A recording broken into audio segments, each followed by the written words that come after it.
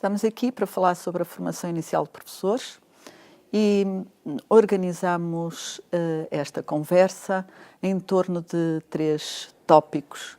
O primeiro, centrado nas políticas educativas, relativamente à questão dos modelos da formação inicial de professores. Vou passar a palavra ao professor Carlos Barreira.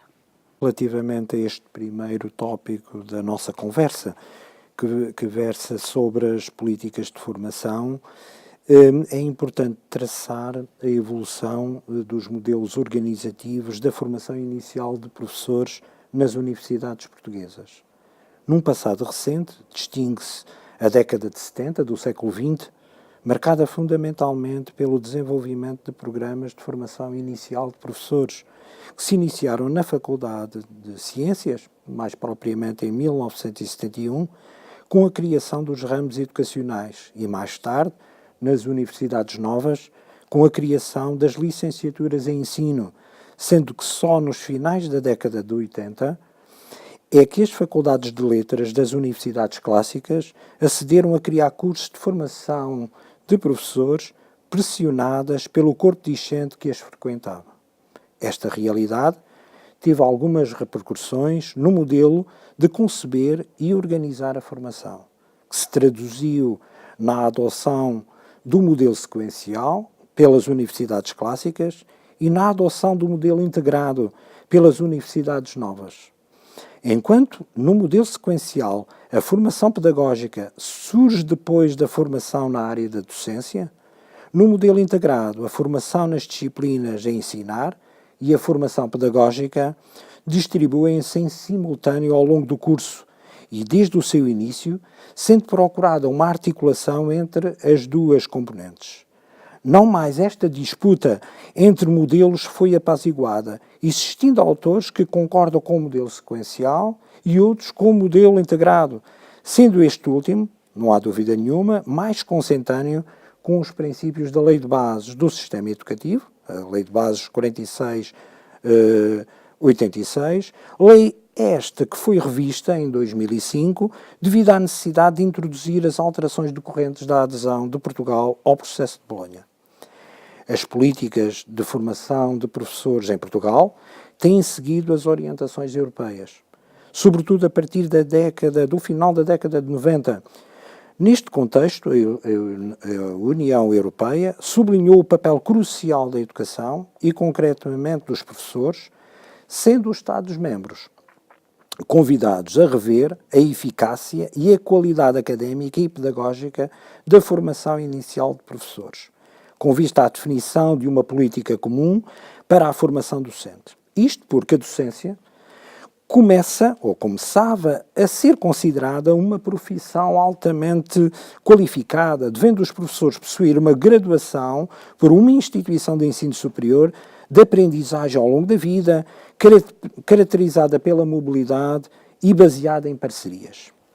Podemos então destacar em Portugal 3 momentos na formação inicial de professores, conforme nós podemos observar através do documento. O primeiro momento coincide com o final da década de 90, em que o grau exigido para ser professor passou a ser a licenciatura.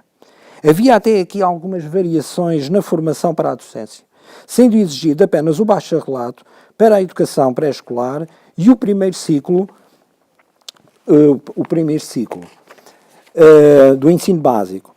Em consequência, surgiram diferentes identidades profissionais, em parte devido à extensão e exigência na formação, aos modelos adotados pelas instituições que formam os professores, bem como à diversidade, isto é um aspecto importante, ao nível do enquadramento institucional dos cursos que habilitam para a docência.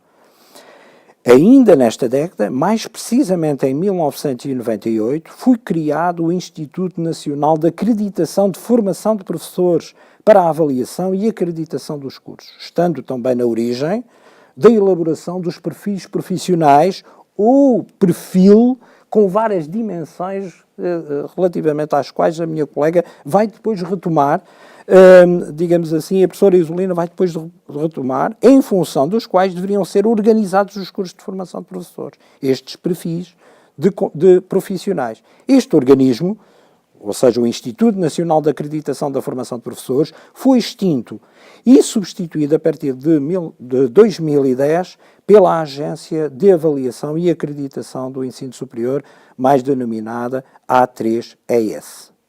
O segundo momento, ao nível da formação, coincide com o processo de Bolonha 2006. Nesta sequência, introduziram-se alterações significativas no ensino superior em Portugal e, em particular, na configuração dos cursos que habilitam para o acesso à docência em ciclos de formação, graduação e pós-graduação. Surge então um novo conceito de mestrado, consistindo numa formação mais profissionalizante e específica, especialização esta obtida nas universidades e que os institutos politécnicos passam igualmente a conferir. É neste contexto que surge o Decreto-Lei nº 43 de 2007, que define, finalmente, o regime jurídico da habilitação profissional para a docência na educação pré-escolar e nos ensinos básico e secundário, em que são valorizadas as componentes científicas e da prática pedagógica, com a adoção de uma lógica, e aqui sim bietápica, portanto sequencial, passando a existir maior uniformização no modelo adotado na formação inicial de professores em Portugal. Os cursos que conduzem ao grau de mestre em ensino passam a estar organizados em 4 componentes de formação: formação educacional geral, didáticas específicas, iniciação à prática profissional e formação na área de docência. A formação dita profissional realiza-se então ao nível da pós-graduação, o que, elevando o nível de qualificação, não deixa, por um lado, ser um reforço de uma tendência para, de certa forma, uma certa academização, ou há alguns autores que dizem, ou universitarização da formação, com repercussões na construção da identidade profissional e na profissionalidade docente. E, por outro lado, também não nos deixa, antes pelo contrário, confronta-nos com algumas questões que têm sido transversais na formação de professores a nível global. Por exemplo, como garantir a articulação das componentes de formação e a desejável interação entre a teoria e a prática. Em termos de identidade profissional e de profissionalidade, em que sentido aponta a formação bietápica, que passa a surgir exatamente com este regime jurídico? No âmbito da profissionalidade docente, parece retomar-se, pensamos nós, uma concepção ou perspectiva tecnológica, de racionalidade técnica, assente na aquisição de conhecimentos e competências derivadas da investigação que, não sendo excluir, apresenta algumas limitações, no entanto, se não for, consideramos nós, balanceada com uma aprendizagem baseada na análise de situações e reflexão sobre as práticas, o que se tem revelado, de nosso ver, de difícil concretização, até atualmente, ao nível da formação inicial. Terceiro momento, como podemos ver, coincide com o atual regime jurídico de habilitação profissional para a docência. Também na educação pré-escolar e nos ensinos básico e secundário, aprovado pelo Decreto 79, número 79 de 2014. É o atual, ou no fundo o presente regulamento, mantém o modelo bietápico, exigindo a licenciatura, no entanto, exigindo a licenciatura em educação básica como condição para integrar os mestrados de especialidade. Existe, simultaneamente, quer um alargamento da duração de todos os mestrados para 3 e 4 semestres, quer um aumento do número mínimo de créditos curriculares nas componentes de formação na área de docência, das didáticas específicas e da prática profissional, embora simultaneamente haja uma redução da componente da formação educacional geral. Passa também a haver um desdobramento dos mestrados em ensino do primeiro e segundo ciclos do ensino básico, português, história e geografia, e, por outro lado, matemática, ciências naturais, que se ajusta aos grupos de recrutamento, o que permite reforçar a formação na área de docência. Portanto, estamos perante um novo, ou seja, o atual regime jurídico que orienta, digamos assim, atualmente a formação inicial de professores em Portugal, que tem, digamos assim, esta especificidade. Não se compreende exatamente as razões que levaram à mudança deste regime. Pronto, é jurídico, uma vez que o modelo parece ser exatamente ou muito idêntico, não é? Ou ao regime anterior, por isso é que as opiniões se dividem. Bom, como eu estava a dizer, não se compreende exatamente as razões que levaram à mudança neste regime, para este atual regime jurídico de habilitação para a docência. Neste sentido, as opiniões têm-se dividido, digamos assim, entre vários, talvez polos até opostos. Enquanto, por exemplo, o Conselho Nacional de Educação, num estudo que realizou ultimamente, considera que o alargamento da duração dos mestrados de especialidade e o reforço nas componentes de formação na área da docência, das didáticas específicas e da prática profissional dizem, ou seja, hoje de facto é referido que são fatores que podem criar condições para aumentar o nível de exigência e elevar a qualidade das formações. Existem, numa outra perspectiva, autores que mostram que tal alargamento e reforço servem mais para hierarquizar as várias componentes de formação do que para fazer a sua articulação, devendo ser procurados, dizem alguns autores, os nexos que tornam a ação profissional possível e de qualidade. E então resolvemos questionar, não é, digamos assim, esta diversidade de opiniões, não é, no sentido de, mas afinal, quais são as competências exigidas a um professor do século XXI, ou seja, o que faz a ação profissional possível e de qualidade na docência. Para responder a esta questão, eu, de alguma maneira, vou passar o tema de conversa à minha colega, professora Isolina Oliveira. Retomando então a questão que me foi colocada sobre as competências que são hoje exigidas aos professores neste mundo atual, vou começar por recordar o que nos diz o Decreto-Lei 240/2001 sobre os perfis de competência exigidos para o desempenho de funções docentes e que está ainda na base do que deve ser um programa de formação inicial. Neste quadro orientador são consideradas 4 dimensões. A dimensão profissional, social e ética, a promoção das aprendizagens curriculares pelo professor, fundamentando a sua prática profissional, social e eticamente situada. A dimensão do desenvolvimento do ensino e da aprendizagem, que nos remete para a promoção das aprendizagens no âmbito de um currículo, no quadro de uma relação pedagógica de qualidade, integrando com rigor científico e metodológico o conhecimento das áreas que sustentam esse currículo. A dimensão da participação na escola e da relação com a comunidade, que nos diz o professor exerce a sua atividade profissional de uma forma integrada no âmbito de diferentes dimensões da escola como instituição educativa e no contexto da comunidade onde está inserido. E, finalmente, a dimensão do desenvolvimento profissional ao longo da vida.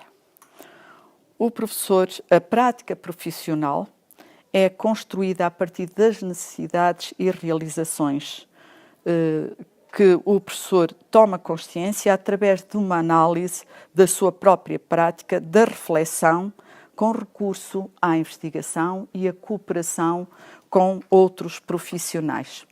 Tendo presente este perfil de desempenho profissional, fomos à procura de quais são as tendências atuais e os desafios que se colocam E para isso fomos percorrer alguns relatórios da Comissão Europeia dos últimos anos e que nos dão algumas indicações sobre as competências dos professores, ou seja, que competências são esperadas nas próximas décadas.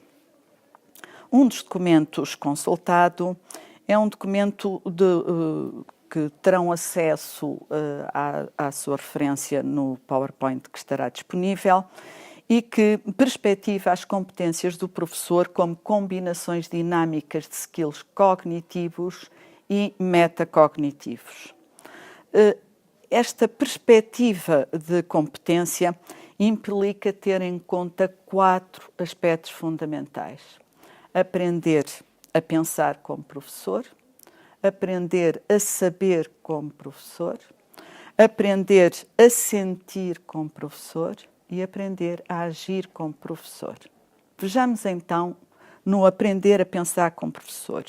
Para onde nos remete? Remete-nos para a capacidade de análise crítica das suas crenças e um desenvolvimento do pensamento pedagógico. Implica, portanto, pensamento analítico e conceptual, mas também o desenvolvimento do pensamento metacognitivo. Metacognitivo, ou seja, pensar e decidir no ensino, refletir e adaptar as suas práticas. No aprender a saber como professor, a que é que diz respeito? Diz respeito aos vários aspectos do conhecimento científico e pedagógico, mas não podemos esquecer o conhecimento que resulta das próprias práticas, ou que é gerado nas próprias práticas do professor. Neste tipo de conhecimentos, hoje, não pode aliar-se do papel das tecnologias digitais que são aplicadas à área do conhecimento da sua especialidade.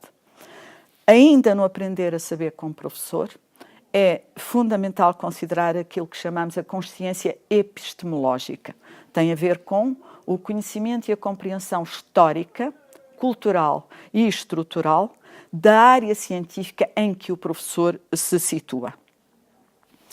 No aprender a sentir como professor, estamos-nos a situar a nível da identidade profissional, aspectos, portanto, intelectuais e emocionais.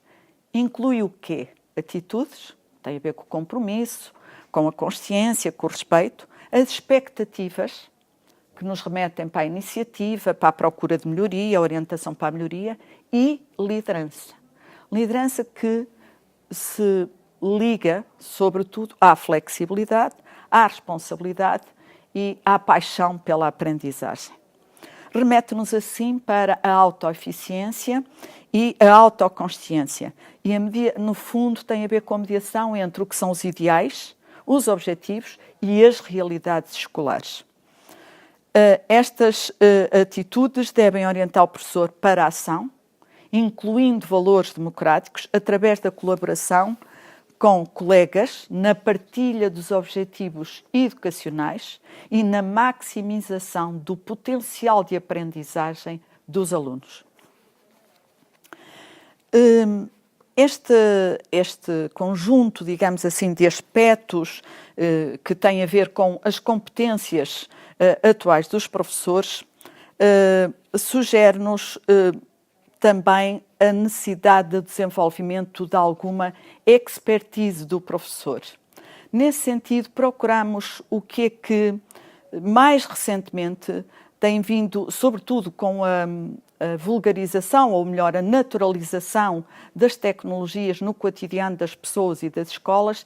Então fomos procurar a este nível quais são as competências que hoje, ou quais são as tendências que hoje se perspectivam para o que será o futuro, portanto, do ensino. E, nesse caso, também procuramos um desses relatórios da Comissão Europeia, este já de 2017, e que nos propõe uma framework para a análise daquilo que consideram a competência digital do educador do futuro e atual. Nesse sentido, consideram 6 áreas. Nessas áreas algumas delas, certamente, os professores já trabalham nelas, outras provavelmente é preciso ter atenção. Assim, a primeira área é aquela que tem a ver com o envolvimento profissional. E isso é o quê? É o saber usar as tecnologias digitais na interação profissional com colegas, alunos, pais, para o seu próprio desenvolvimento profissional, mas também da instituição, neste caso da escola. A área 2 remete-nos para os recursos digitais. É o quê? É saber selecionar, construir, utilizar e partilhar recursos digitais para a aprendizagem. A área 3 é a área, provavelmente, aquela onde os professores trabalham já e que é mais dominante. É a área que tem a ver com o ensino-aprendizagem. Tem a ver com gestão do uso das tecnologias digitais no ensino e na aprendizagem. A área 4 é a da avaliação das aprendizagens. Remete-nos para o conhecimento e a utilização de estratégias digitais para melhorar a avaliação, sobretudo a 3 níveis. A nível estratégico, da análise, do feedback e o próprio planeamento sobre a melhoria e a procura da melhoria do ensino. A área 5 é a da capacitação dos alunos. É o ter o conhecimento do potencial das tecnologias digitais para as aprendizagens de ensino e aprendizagem centradas no aluno. A área 6 é a área que tem a ver com as competências pedagógicas necessárias para facilitar a competência digital dos alunos. Bom, após esta análise que nós fizemos das políticas de formação inicial de professores e a reflexão sobre as tendências e desafios que se colocam aos professores nas próximas décadas, interessa olhar, de certa forma, para o atual regime jurídico de habilitação profissional para a docência, refletindo sobre as tensões ou dilemas detectadas na análise dos resultados de estudos realizados e compreender até que ponto se pode intervir em algumas delas, em algumas destas tensões, não é, Isolina? Portanto, nós achamos que existem tensões e dilemas, pronto, ao nível da formação inicial de professores, que eu acho que são questões críticas, não é? De alguma maneira são questões críticas ao nível da formação, que se calhar tenderiam a ser, se possível, mais equilibradas, e temos a tensão, por exemplo, entre o modelo sequencial e o modelo integrado. Portanto, há uma tendência nós temos, digamos assim, seguido mais o modelo sequencial, as tendências europeias parece que vão num outro sentido, portanto há de facto também uma tensão dilemática, digamos assim, dilema entre a teoria, por um lado, e a prática, não é? Portanto, entre também a própria instituição formadora e fundamentalmente o papel do supervisor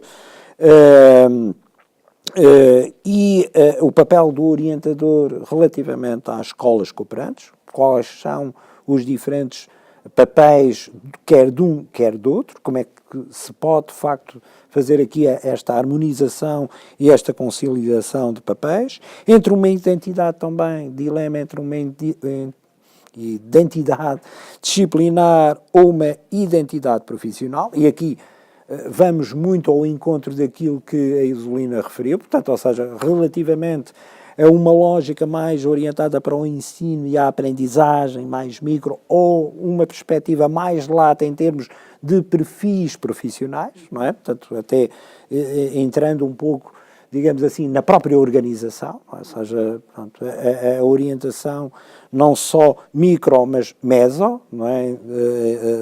E entre uma cultura académica e uma cultura profissional. Digamos assim, entre uma academização, digamos assim, em termos da formação, ou uma formação também muito orientada para situações de ensino, não é? Situações educativas e reflexão sobre as práticas. Portanto, há aqui, de facto, alguns dilemas, algumas tensões, que nós achamos que pronto, mereceriam, digamos assim, um maior equilíbrio, equilíbrio para, de alguma maneira, para que possam dar, digamos assim, mais competência, digamos assim, aos professores, à formação de professores. Nós entendemos também, e depois de alguma maneira pode retomar esta questão, mas eu acho que nós, para diminuirmos estas tensões e estes dilemas, eu penso que é defensável uma inequívoca articulação entre todos os domínios da formação e entre os diferentes intervenientes na ação. Portanto, eu acho que, de facto, parece, de facto, por outro lado, é também defensável uma formação mais, pronto, de certa forma, de banda larga, não é? No sentido para também o professor se orientar em termos da sua formação para áreas, pronto, multidisciplinares ou mesmo interdisciplinares. E um modelo integrado que atribui grande importância à prática de ensino supervisionada, podendo iniciar-se, não é? Acho que se poderia fazer aqui uma graduação em termos de formação pela observação e reflexão sobre as situações educativas antes da prática propriamente dita. Portanto, consideramos, não é? Eu acho que um pouco esta questão, consideramos, portanto, o modelo sequencial atualmente vigente, que não segue muito bem as tendências europeias de uma formação docente de qualidade, pode limitar, não é, estas competências, não é, que a Isolina referiu, pronto, não só em termos de competências, do perfil de competências mais global, ou seja, no fundo aquelas 4 dimensões, e também as próprias competências digitais. Eu acho que este modelo sequencial pode não, digamos assim, não evidenciar todo o potencial em termos da própria formação. Daí que consideramos que a prática de ensino supervisionada, portanto, no fundo, ou o estágio, não é? Com um peso significativo como atualmente lhe é atribuído, porque o é, não é? Portanto, de facto, há esta dimensão da prática, de iniciação à prática profissional, que tem, de facto, um peso significativo. Eu acho que deve ser considerado um importante componente de articulação entre um saber mais académico, não é? E um saber em termos de correlação de forças e também um saber inerente às situações profissionais. Eu acho que muito vai depender da forma como for desenvolvida esta supervisão no âmbito do estágio. Ou seja, conforme forem estabelecidas as interações no triângulo supervisivo, se é que podemos dizer assim, e este triângulo supervisivo tem em vértices o formando, o futuro professor, o supervisor institucional, não é? E o supervisor cooperante. Portanto, eu penso que, devendo estas relações e esta correlação de forças, pautar-se por princípios éticos que possam estimular a construção de identidade profissional e promover a partilha de experiências e de comunicação entre todos, não é? Todos os intervenientes, a partir da utilização, e eu penso, quer dizer, isto já é, de alguma maneira, não sei, mas um atrevimento, não é? Se calhar da nossa parte, mas eu acho que a partir de uma abordagem supervisiva, clínico-reflexiva. Eu não sei se a Isolina concorda com esta veleidade, ou seja, em termos de nós propormos, de facto, uma abordagem, quer dizer, portanto, claro que tem a ver com princípios éticos, mas nós temos que também adotar uma postura epistemológica, não é? Ou seja, de alguma maneira, em termos de concepção, não é? Daquilo que nós perfilhamos, não é? Em termos do que é que pode ser esta prática de ensino ou a estratégia de supervisão que se possa adotar neste âmbito. Não é? Eu, de alguma maneira, também gostaria muito de ouvir, não é? Relativamente a esta questão. Não é? Já que me dá a palavra, eu queria reforçar algo que o Carlos já referiu aí e que tem a ver com a questão do equilíbrio entre estas várias dicotomias que de facto existem, sempre que nós lemos algum estudo realizado no âmbito da formação inicial, qualquer uma destas dicotomias salta. E eu queria reforçar e digamos assim, pegar numa dessas dicotomias.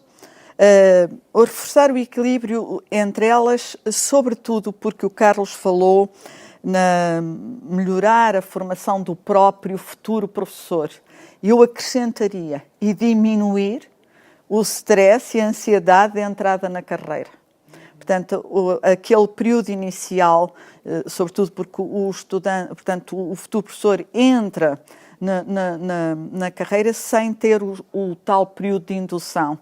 E quanto maior equilíbrio existir entre estas dicotomias que foram, ou estas tensões que foram aqui expressas pelo Carlos, certamente que a formação dele será mais consistente, porque haverá melhor articulação entre os vários polos que aí focou, mas também libertará portanto, evitará algumas ansiedades de quem está a entrar pela primeira vez ou a ser professor na sua entrada como professor. A outra questão que eu queria aqui também reforçar e que o Carlos já abordou... Este período de indução esteja consignado na lei. Exato, está consignado. Mas, na verdade, ele não existe na prática. Certamente que fica, de facto, dependente do bom acolhimento que as escolas, os coordenadores de departamento ou representantes dos grupos disciplinares poderão fazer a esse futuro professor. Mas, como eu há pouco estava a dizer, há aqui um outro aspecto que eu acho que também é preciso reforçar, que é, dado que uma das tensões tem a ver justamente com aquilo que é o supervisor da instituição universitária e o que é o orientador da escola cooperante, supomos que falta aqui, embora não quer dizer que não exista já em algumas instituições universitárias essa preocupação, mas provavelmente algum plano de formação para quem é orientador na escola.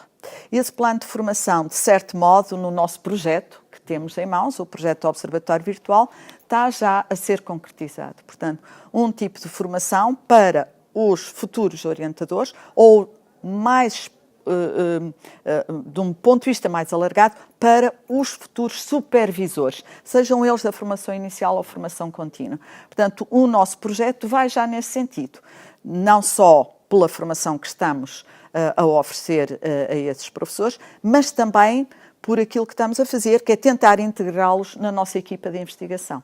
Portanto, eu acho que este é também um outro caminho que é urgente percorrer. E a Evelina acha que, de facto, essa formação irá ser fundamental para... Acho que vai contribuir para o tal equilíbrio, essa formação. Para uma relação entre as próprias instituições. E para uma boa relação entre as próprias instituições. Como eu há pouco dizia, vários estudos que eu li, feitos no âmbito de mestrados e doutoramentos, referem a alguma tensão entre as instituições, mas também entre as pessoas, ou seja, entre o orientador da escola e o professor da universidade. No fundo, dois supervisores, mas que podem ter perspectivas diferentes e, sobretudo, o professor que está na escola tem sempre aquela visão um pouco mais da prática e muitas vezes não está a par do que são as grandes intenções do que a instituição formadora pretende. Daí eu achar, e pronto, a importância de criar um programa de formação para os supervisores pedagógicos. E ao mesmo tempo, poderia ser, não é? Esta formação poderia, de alguma maneira, estava aqui a lembrar, poderia ser não só um desenvolvimento de competências ao nível da supervisão, mas também poderia ser até um incentivo para, digamos assim, como moeda de troca, de compromisso e de ligação e de relação entre as próprias instituições. Certo. Vejo isso como muito positivo, que é, a instituição formadora está a pedir à escola cooperante que contribua facilitando o trabalho do estagiário.